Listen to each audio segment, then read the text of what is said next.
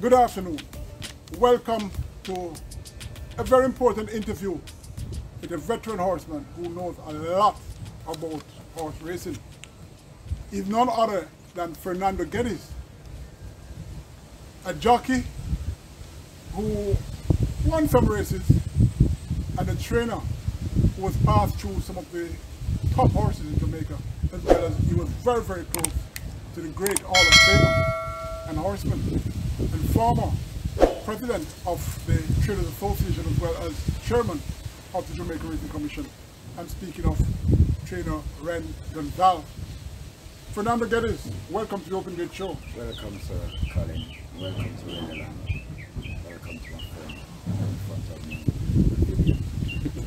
me. First of all, it's the norm we ask how you get into horse racing. Well, getting into horse racing, it was like from the board horse track days.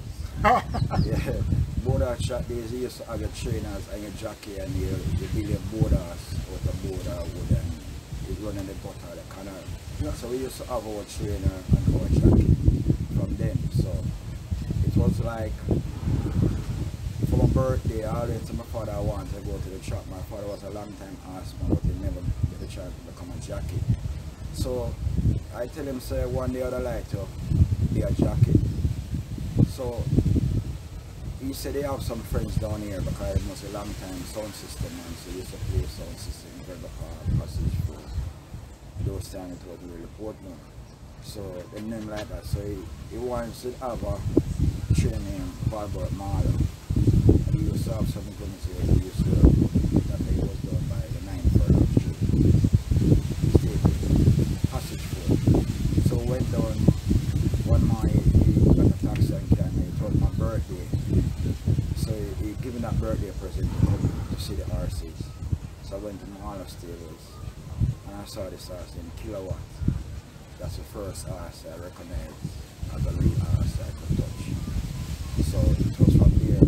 So I was there for a while with Mikey Marlow, who now is Mikey Marlow, present trainer, and his brother Roy, and Jay Thomas, who's a jockey too, Augustus Douglas, and we have Sue Williams and Howard, Harry Jagger.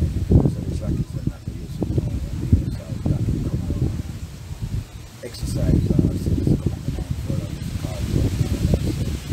It was there for a while and I like it. I left school, come here, and it was so in shape that I don't want to go back to school. I just been here all the while and never go back home.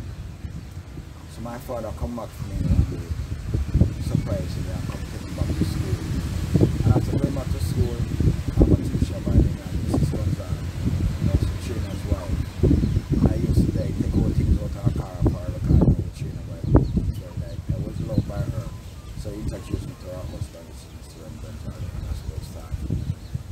I left back school and holidays and come down to the track. This time at Mr. Gonzalez's place. And from there, that's how I learned to be a jockey. Coming to the motion of being a jockey, it was like rough. Rough being a jockey, rough in our stage in racing. There was nothing easy here. So after being a jockey coming through, I win a couple of races. I won a race one day. I wasn't trying because you have trials and non-trials. So I was riding this horse. It was owned by Mr. Roy McNeil. And Mr. McNeil was off because of a politician. He was off the island. Supposed to be coming sometime next month or next week, some other time. So it was like so in China it was like a straight 5 race, and straight 5 was so easy to ride. But not easy to ride, This one that wasn't trying, it was well ready. But because of the owner wasn't present, you have to be ducking this horse for the time. So this was one of the days for ducking, but this time it wasn't ducking for me. It was feeling so good that ducking behind this horse, and by the time I reached the 2 furlong now, it was clear open for me. The horse that I was hiding behind the whole time pulled out from in front of me and gone over on the stand side to challenge for a winning. And it's the same horse I rode, same place where I was, and riding back to the finish. And when I ride the same horse, I go and beat in the finish.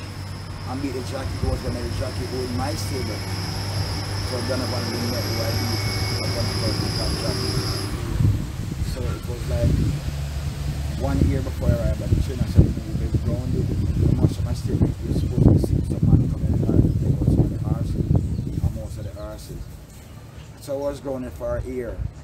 Come back and I get a chance with the next race. Richard the Pass I beat. Richard the Pass coming for this double and I cut this double, I win the race and beat him. They disqualify my horse. Thank you to Richard the Pass. Come on, when they fall in race and close this double. So I sit down and cry and say this race today as partial. Because Richard the Pass wins one race and me come and beat him to stop him from taking double. Then disqualify my horse and give it to Richard the Pass. And I say, you see my them people partial because as a black man, me I look on it them time, you know, and Richard Paul with a brown skin youth, pretty a year or so. It was like a race for more like them kind of people. Me I think so in myself. I mean, get to understand after start being a jockey, I become, even before I started being a jockey, I was with this other brown skin trainer who was of Arthurshire. And he was friendly with this other trainer who they sparred together. Oh, and I came also a brown skin guy. So when I realized now, I started to spar these guys who are brown skin and things were getting better for me because of who I was with. It was no more no black set of people. It was more like brown set of people with that face you call those red guys. So it was like better days. So after that, now my trainer turned in my license because I wasn't giving enough. I was more like on those guys' side. So I was there battering and like I call it thing getting harder and harder. So it was like the best day come for me once more again because like I was like a dreadlocks. I become a dreadlocks champion. You know, and Arthur Sharp come one day and said, yeah, it was like I was part of the jacket, G Royal, E Royal, and G Walk and get the walk. And it was like teaching me what it's all about in riding. You know, you off the road, off the track, and you learn how vicious more things are about to stay in races. So I learned from them. So one day we win the horse, the Jackson, the Arthur Sharp. And he was racing at the following week and have 140. I stopped it. So so we know so never tell Arthur to get a ride and take her back 7.5 and so did. So that's it. The number one race for me. It was an A-class race and they said go a one move and make from start to finish now. Within an A-class race. So Gonzalez said, how comes you become such a good man to Arthur Shah? I think they are A-class, that's right. Something going, I must have carried some news from my city to Arthur Shah. Oh, they were rivaling that, yes, yeah. a big So rival. them days it was like championship days, like Arthur Sharp and Ren Gonzalez. I think that was the best championship ever been at Caymanas Park. Yeah. It was like within 2 days, Gonzalez win 10 races, fight today and then 7 seconds, fight again and 4 and then each. So it was like that at the championship. But right down to the last day, it was excitement at the track. So here we go. I battled around a little until you have to like trivially what you learn. I reach back at Guns Place when I go back here. It's the best thing I can do for you. I can teach the art of what racing all about. So you have to make up your mind what you want to do. I'm gonna give you an assistant trainer, but you have to drop on it. If you want to become a jockey CMA, you want to be a jockey CMA, you want to become a trainer. You have to choose one. Battering through the jockey days, decide, so train me, take the assistant trainer, and from there, the second and teach me art, and that was what it was all about. They called him magician, so he said it wasn't really magic, you know, I can tell you what it's all about. And he taught me. And that's how I am today. That's the other day I win my 100 race, so that's true. Oh, congratulations. Yes, so it was hard work. Well, there are so many things there that I'd like to expand on. Ren Gonzalez, he was called the magician. Yes. Now, in those days, you had very good trainers. Yeah. Majority of them, if not all. Yes. Ren Gonzalez would get a sprinter to go stay. a lot to stay. A longer journey. Yeah. These days, people are complaining that we don't have much stairs. Yeah. But it's a training method. I don't want to go too much in it because Yeah. you know, it's gonna go against me if I really state my true opinion and what I think about the current trainers. The longer journey, you enjoy it more to see the horse, the position that you were in passing sun for the first time, and how they're going through the field and come around and being the winner. So it was like exciting for you these days. These you only have 925 yards that they call it the feature of the track people, the feature of the thoroughfare. So you can see what is happening there. Them a search the jockey, they ask to get trouble for going, you say, oh, the gate man them work. You saw everything work in front of you. But those days I seen the horse them passing stand. When you stand up in the stand and hear the A-class horse them passing stand, like you feel the stand shaking. You understand? These days you don't really have them type of races there anymore, that form of excitement not there anymore. Well, in those days, everyone were horsemen. Yeah. Nowadays, you have mostly punters. Yes. So, you know, that's where the imbalance comes in.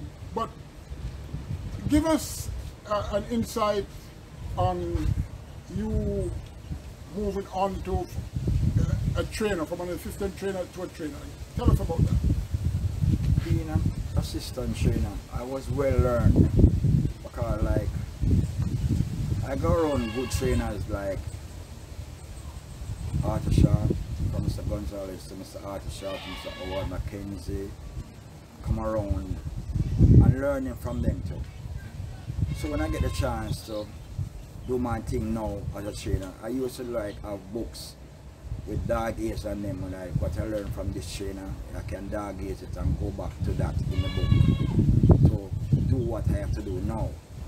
So I used to take a lead from all of them Monday, and their pattern, each of them pattern was different from the others. So what you learn those days is what you can do now. Even the grooms was like good grooms, they used to tell a thing that it was what it gonna be or what it used to be or what it is. Nowadays you really can't learn from what is happening now. Because what is happening now in the field of being a trainer, you have a clock man who a clock all become trainer now. Who become trainer. You understand? Man who you never said before, he become trainer.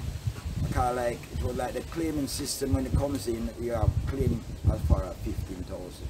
So they used to rush, they used to flood the claiming system with 15,000 until they start push it up and put it up. But as soon as a man claim an horse and come to you as a trainer nowadays, I know you are training no more, I'm a train it. Him and the groom a train it, or him and someone else a train it, you only have it to keep in the air place, never to keep the place. You tell him how much to train the horse and tell you so he can't afford that, so he can't buy feed and pay and groom, that's all he can do, so train it. I go home and train it, if you have no lunch, so you're not training them, no really, you know, outside. The percentage is very high. See why you should the percentage with him, so he give him a breakdown now being a trainer than first time. So first time you used to use what you learn, nowadays being a trainer, you have to see and listen to what they say, what they do. If you still a trainer, can't maybe able to enough to do still because you know the art, if you're not willing to make a man put the ass what they're not training themselves but to sign your name people, you know the ass. Because that's the way it boils down to now. No real great achievement not there for the trainer anymore. It's like they all are trainer. Blacksmith become trainer. Thoroughfare become trainer, Clackman become trainer, so there was a lot of different trainers nowadays. Even one time nowadays, in late they have nowadays, the doctor they most confused of who to do the work and the horses. These are what they are seeing and expressing and doing what is happening inside. So the racing game, as you would say, to be a trainer, you can't really train a horse that much because training horses on the track is like it have to be like young horses. Because these horses that goes around in the claiming system, they are all lame horses. And they all do the same. They goes around from training to training. And if you see a big one or a good one, maybe you want to claim, you're not going to get that one because like, they're flooding the claiming system. You would want your one like a claim put in, you're not going to get that horse. Maybe that horse can just goes around and goes around without you. You don't even know what's going on. So I don't know what to do. Well, even to go outside of racing to strengthen your point, life nowadays, it seems that what is wrong is right and what is right is wrong. And, you know, everything. That's true. It's just money, money, money. And, you know, we as veterans, and we know how it was in the days and how it is now, we have to sit on the fence and, you know, and watch. And fine, we might chit-chat about it, but there's nothing else we can do. Because even in the States, you have that not as rampant as how it is here, but I know of it happening at certain parts of the United States with similarities.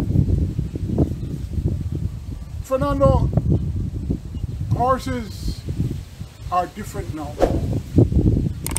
I interviewed someone earlier, and he was saying she's a Manita is the best horse that has ever raced in Jamaica. That's his opinion, fine. But horses then, compared to now, I'm talking about their strength and the issues that they have, like bleeding problems, tendons, knees, and those things. Compare horses then and now. What's your opinion why this is happening? I think the horses the first time are stronger horses. I think the feeding program and the nutrition is problem they have with the horses, and now they're not really nutritious. They fed nowadays like first time. Because like you used to have oats, so you could just buy separately. Now you have a little oats, you used to have corn, oats, bran, and all of that to mix in the feed. Now you have all of that mixed in the feed, so you don't have the amount of that. You just one feed. You understand? So that's where you start from. The type of things that you have, you know, things get so dear, and the things that you used to use, I don't think it really so much that's the same like first time. So even they call horses because there was all called horses from before. But these horses, I think the bloodline, breeding breakdown, the treatment of the horses breakdown, the looking after the horses breakdown, because they are running through the clinic system. Now you have only horses for the Derby and the Guineas, and then not all kind of people can get those horses to buy, to enter in those kind of races. So you have more like the people that is going for the clinic system, because like we learn that you must cut a horse tail, and you must do nothing to a horse tail. Nowadays a horse tail been wrapped up in bandage. A horse mane where the jockey could hold on pan if you don't have an extra on the horse, so balance yourself on the horse. All horses trim and look alike. If you look at all the horses nowadays, they don't have no mane for the jockeys, they all look alike, like show horses. Horse tail cut, horse tail wrap up and bandage up.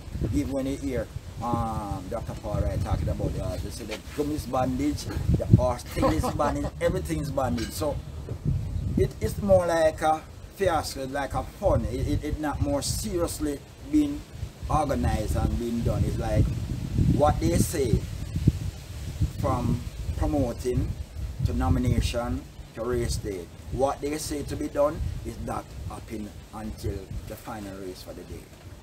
So it seemed like it all orchestrated to be what it's supposed to be. That is what I think is happening nowadays. It's not hard work anymore with that real pay, and it pays off that you can enjoy being here tomorrow. Tomorrow maybe you get up and feel down. You could call someone. Now if you ever feel down, you have to still come. You can't call no one to do something for you because like, no, that not going again. They are not, you don't have that unity anymore in it. And all these guys who used to be the backbone, who not dead and gone around there, can't bother with it no more. So we were left, we are going through hard times now with everything. So maybe somebody not really want to talk, but if you should talk like I say, it may be even worse. But if you talk what you see, I mean I talk what I see, it's a breakdown because it's a breakdown from top. So you are from top to top, because we don't say from top to bottom. From top to top, I see anything go on all around. So anything we can do to make it change, to make it be before, that they must say all time something come back again, or they like to see race to become a priority for each one, each individual that work in here. Grum can go with some money, the China can go with some money, owners can go with some money, and the horse can lay in a better condition and bedding. Because like nowadays, sawdust, as you said thing not like before, sawdust, between 2 to 3 weeks the sawdust done enough. That the horse urinate it out, or walking in it or laying on it, it melt right down back. So if you put 30 to 40 bags of sawdust in a star, then maybe you go to the sawdust, you call it sawdust bush. Nowadays when they come to the sawdust, I told them to left their bag of sawdust, and no one can afford to buy 40 bag of sawdust. Yeah, and the flakes, the trees are young. Flakes are it now, so the young trees that them I use, Me hear someone talk on TV where they do cabinet making, and I say, them a kill out the tree them to make this and that, go right down to a coffee. But then not plant back a tree. So the thing of what is happening nowadays, I don't know, life a breakdown because I've heard me so much people are dead one time. So everything a breakdown now. So if they must say, world without end, I don't know if I end not come out, but the amount of things I say go on nowadays is like, it's not so nice. So even your work with a life, enjoy working, you know, enjoy it no more. And that's what it is, racing. So we get a chance for the promoter them to get it for run, and it run. But I think it run for them. I don't want it to run all the way. So if we can get the chance to make it start run for the people who are working it for them way again, I think it will be nice again. So that's what I see first time now. First time compared to now. It been orchestrated for whosoever wanted to orchestrate or wanted to happen. It been orchestrated for them and not really the workers anymore. Let's go into the final segment, of which it entails a then and now. We're talking about jockeys. In your days, who were the top jockeys? And you know, if you can tell us maybe about one and two of them. And then in the latter part, you can make a comparison what you see about the camaraderie, because you know the unity, you know, those sort of things. Days gone by, we have a good jockeys and like too much to mention. I have with them Brentford Walker, Royal Brothers, Gussie Douglas, the Kenneth Mattis, the Andrade, and in the lightweight you have the Cleveland Suki, and the little boy down to Imba Rodriguez, the boy down to the Georgia Song and the Wilson Griffiths, and then you have lightweight like Robert Reed, you call Colin Reed. So it come right down back now to the Shane Ellis and the Omar Walker and the Dane Ellison. But what is happening nowadays, it more selected. You have selected rider who rides and win like every week or every other week. So the competition fall on before. Then now you have riding school. I don't know who teaches you that to ride that much. Because like you used to have it start off with Serene Gonzalez, nutrition, you used to go church, you used to go gym. I don't know what is happening now. But these riders nowadays, they comes in every them can't still the allowance from what they're supposed to be sleeping for the week. And they don't really ride that good. Like we just see them jacket, it break down from the Omar Walk and the Daniels, them and Shillings. These youth that come nowadays, maybe you can pick up about 4, you know, out of the amount. So I don't know if it break down back from the race commission and deal with it with the apprentice them or what. After 10 years, a woman had take care of them and woman they take care of them for the purpose of being like modeling advice to them. But riding used to come from the old time jockeys that used to be recognized as maybe them work the commission asked them to do. But these riders nowadays don't really make up to what you could say. You could have choose one top 10 and them and say all these are the 10. But if you go back and choose 10 from longer time to the DNS and then beers and shiners and them all there. You can't choose 10 right now where you can say have that great amount of potential. My fault with the various associations, the jockeys, trainers, grooms, owners, and even breeders, but we're talking about riders now. I mentioned it on another interview some time ago. For a jockey to ride 9 races and to keep that weight down, it's very, very difficult. If the promoting company, along with the racing commission, makes it as what it is worldwide, where the weight of the horses are elevated,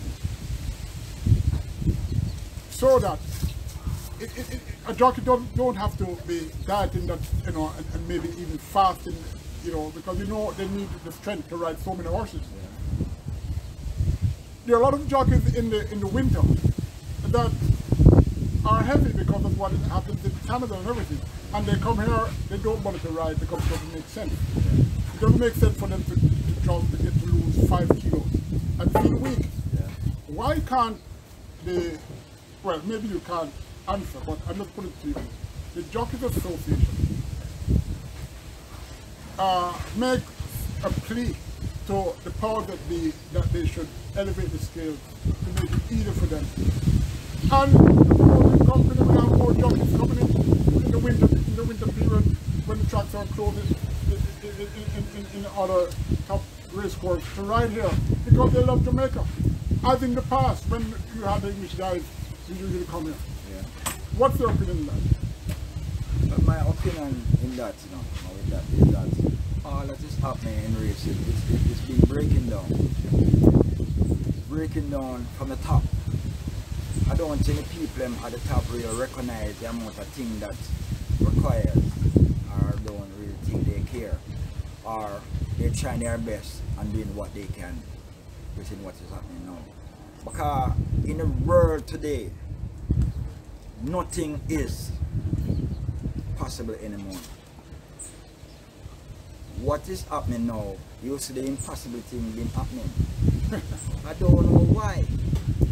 So if the promoting company seems feasible to do it like what's happening now, all we really want to do are to see happening in races running. So who else could give advice? Don't really want to give no advice anymore. They just take what they get. So we are living in a world now of just taking what is coming our way. If it look like too much of a bowler, we shift with head and make a pass on the shoulder, maybe touch the shoulder and we have a shoulder ache within a little while after. But we now make it leak out with head. So I think everything is breaking down nowadays. I don't know who can really adds up to take it out back from where it is to put it where it's supposed to be. But I think what is happening, we all want races to run. So when I tell me it's a percentage that come out of our money to make race run, so I don't know. So it now go really better until somebody decided to go through it all over and make it be better. So if we say we're all here for the money, first time we've been here for the horses plus the money, but it's all for the money now and not really the horses. So it seems like some people don't even care for it, so I run. So if them gather some horses together and get some nomination, and that's the amount of them get. And the pick six yeah, them can make the pick 6 or and can make the pick 9 or whatsoever. So if the world is today that you look for yourself and nowhere else, maybe I just said they're not racing. So if it's a worldwide affair where people are there because of COVID or because of other germs and diseases, and then you look and say, we wake up this morning and give thanks to your life. If I saw if we live for the rest of our life with everything, we could go and live now until the change go. Because if you actually change, maybe you have dead and left it. So we could live into what is happening now. That's how we see it happening now. Just live the way you can, the best you can, to make things better for you and your family. On that, we come to a close of a very interesting interview, and you know, I really, well, there are a lot of things I've learned from you, and you know, it's good, and I'm emphasizing to our viewers, the Open Gate Show is unique in the sense that we discuss things that are relevant, things that are burning issues, opinions that we think can be better rated. I'm not a journalist, and regardless of that, I'm not. I don't know the rigmaroles of it all. But all I'm going to say is, I can't see why someone is conducting an interview and they're asking questions that are, to me, you can't learn from it. I'm sure you've learned a lot from what Fernando said, the realities of horse racing now. We're not, I'm not, and I'm sure Fernando is, and the Open Gate Show, we are not after the promoters or any jockeys or trainers or whatever. We're talking about the reality. We love horse racing, and I can tell you that's what Fernando is here to. A lot of people who really love horse racing, I'm not talking about the pick 6s and pick 9s and those things, no. Racing on a whole.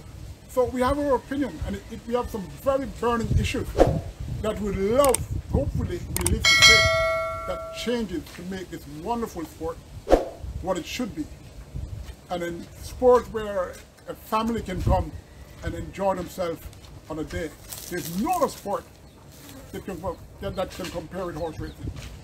None. So, trying to get into it, you have a lot of trainers here. Fernando, you have Howard McLeod, you have Rowan Matty, Fitzgerald Richards, etc. You can come, sit with them, relate with them, buy a horse. It's a great feeling, I can tell you. It's a unique feeling to see your horse winning and to go into the winners enclosure and taking pictures. You want to tell us something on my life is racing, the level of my life is racing. You have some young trainers like them, so that trainers they call them name. The Mikey Marlowe, Fitzgerald Richards, Rowan Matty, Stephen Tardell, Ryan Darby. A lot who even not call them name, them still know so them a part of me. I say. If you have somebody coming a race where you can give them set a youth or some horses to compete, make the competition more nicer. To compete with them can get paid and also boy, these are the good horses we can give to you to elevate the racing. I think it will be better. Sure. You have too much ass, I got bungle up over there so. Like in a foreign now, you have some of the trainer them name a call and then you have a big trainer where after a time your parents them get involved in a certain thing. These young trainers in Jamaica would have the ability but them not have the material to make the thing work out.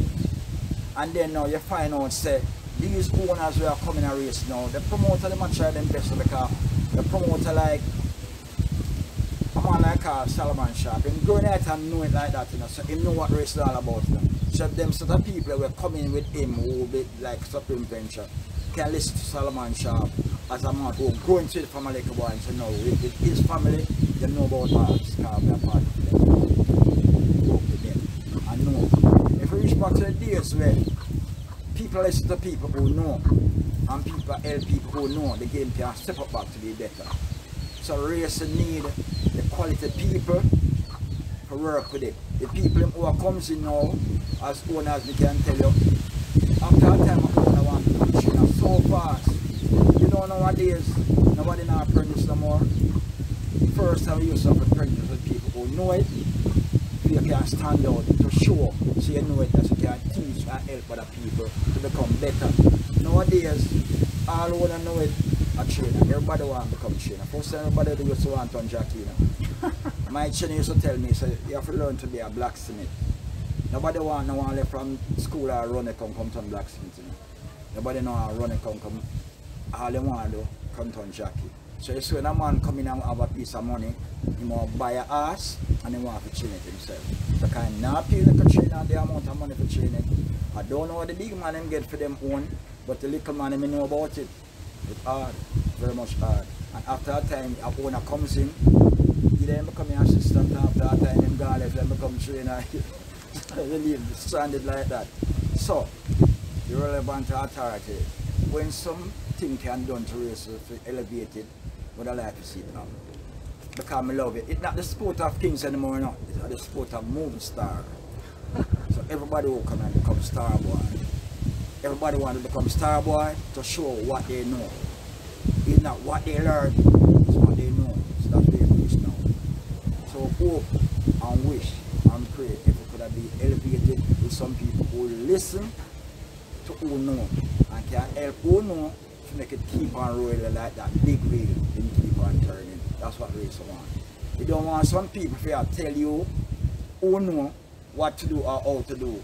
It leaves to them to come learn from you some more.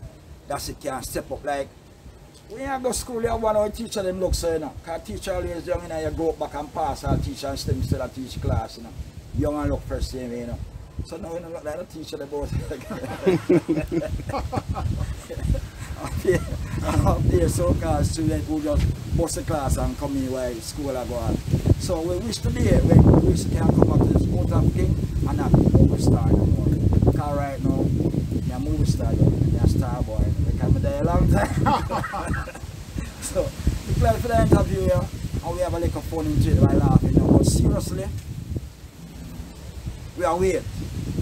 You see, the days when they come back and come forward to what it used to be. of things. We're still in it and hope and pray to be better. One time I used to drive on enough corner, now I see highway. I drive down straight like how far before you get turned. So make it come and race it to them. Alright. Or some highway can come and race it. You know, better. exactly. Yes, so exactly. that's it, Colin. I'm glad for this interview. I'm glad to say some people can hear what me are saying in a fun and in a seriously, because like it's no joke. But you have to just take it as it comes. So we have it as fun time. Work time, from morning till evening, work time. On a Saturday, we all compete. We're not afraid no more upon a race day. It's competition, so the competition stays on. But it's not how it used to be. So we're working and praying and working for it to be what it used to be. Don't come up right. Okay, that trainer, veteran trainer, Fernando Geddes, a former jockey, and now a trainer. Take care. We are here at Caymanas Park, and you can come and see Mr. Geddes and relate with him about buying a horse. Everybody wants to win a classic race. You never can tell.